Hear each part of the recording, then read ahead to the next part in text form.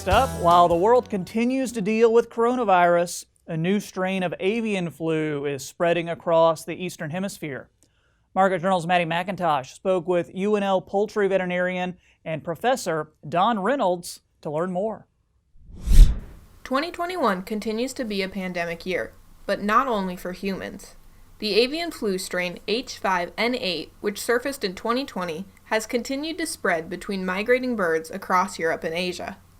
The reports are that it started about a year ago in February of last year, and the first reports were in Saudi Arabia.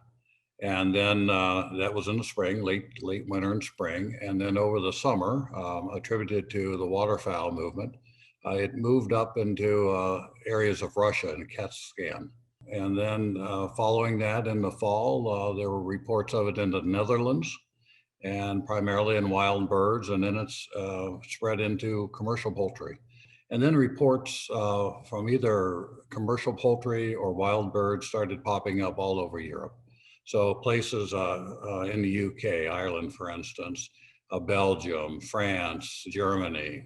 And then in the, or towards the late fall, the reports started coming out of Japan, and then South Korea, and shortly thereafter, then China. And so various places in those countries. And then here more recently, there are reports now in India as well, and back in Iraq.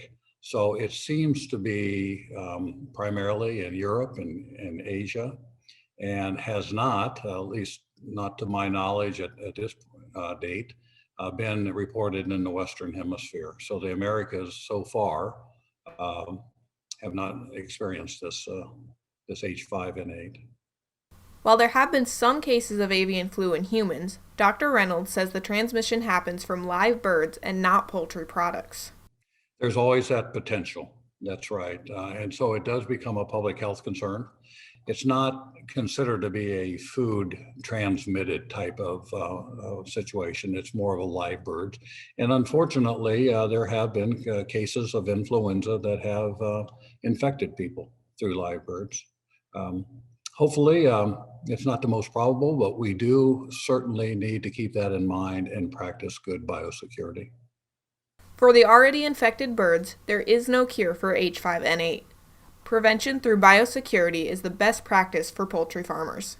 In the aftermath of the 2015 avian influenza outbreak, I began a program called the Big Red Biosecurity Program. And now I can put my Big Red Biosecurity cap on, and we have a website.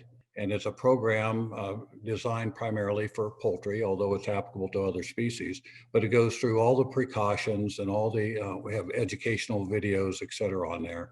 All the things that you can do to make your operation biosecure and prevent not only avian influenza, but other types of diseases as well. We've developed this with both large commercial operations and small flock owners in mind. And we're only as strong as the weakest link. So small flocks out there, we have to be vigilant with them as well. And we have to help them as well. Reporting for Market Journal, I'm Maddie McIntosh.